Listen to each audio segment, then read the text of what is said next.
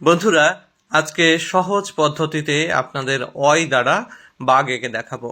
আজকের অয় দুটি কিন্তু আমি উল্টো করে লিখছি, আর এই অয় দিয়েই একটা বাঘ হবে। এবার পেছনের অয়ের এই বাহু থেকে বাঘের একটা পা একেবারে সর্বপেছনেরটা একদম পিঠ পর্যন্ত উঠে যাবে এবং এইভাবে পিঠ আঁকা হয়ে যাবে। এবার আমরা সুন্দর করে বাঘের লম্বা যে ল্যাজটা থাকে বাঁকানো, সেই ল্যাজটা এঁকে দিলাম। এই লেজটা এঁকে দেওয়ার পরে আমরা বাঘের যে পেছনের আরেকটি পা থাকে সেটি আমরা এঁকে দিচ্ছি।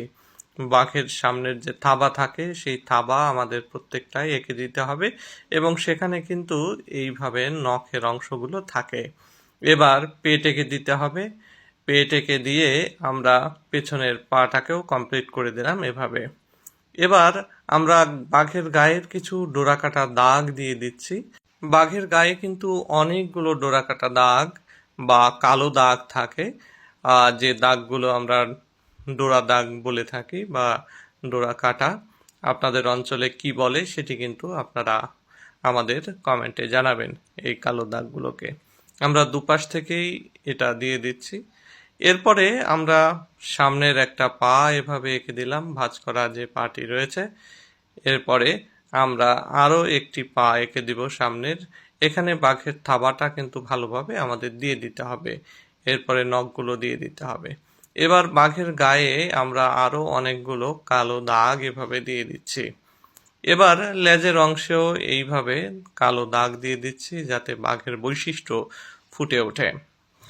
এরপরে আমরা সামনের যে দুটো পা, সেই সামনের পায়ের সঙ্গেও একইভাবে এই ডোরা দাগ বা কালো দাগ দিয়ে দিচ্ছি। এবার সামনের আরেকটি পা যেটা রয়েছে সেই পায়ের সঙ্গেও আমরা এই দাগ দিয়ে দিচ্ছি।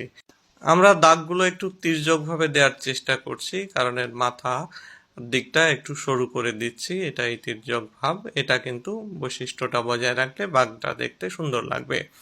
এবার উল্টা করে একটা 3 এভাবে আমরা লিখে নিচ্ছি। এর উপরে একটা ভি দিয়ে বাঘের নাকের কিছু অংশ ভরাট করে দিয়ে এখানে কতগুলো ডট দিয়ে বাঘের লোম দিয়ে দিলাম। মুখে কিন্তু বাঘের লোম দেখা যায়।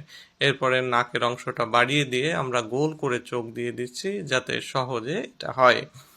এরপরে বাঘের মাথার উপরে একটা 3-র মতো এভাবে দিয়ে আমরা দুই পাশে দুইটা কান এঁকে দিচ্ছি।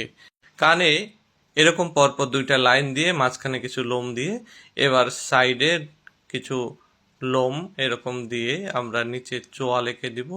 চোয়ালে এরকম ভাবে দিয়ে মাথার উপরে আরো দুইটা ভাঁজ করা লাইন এবং পাশ থেকে এরকম লোমশ দুইটা লাইন দিয়ে দিলে বা কালো দাগ দিয়ে দিলে বাঘের ড্রয়িং কিন্তু হয়ে গেল।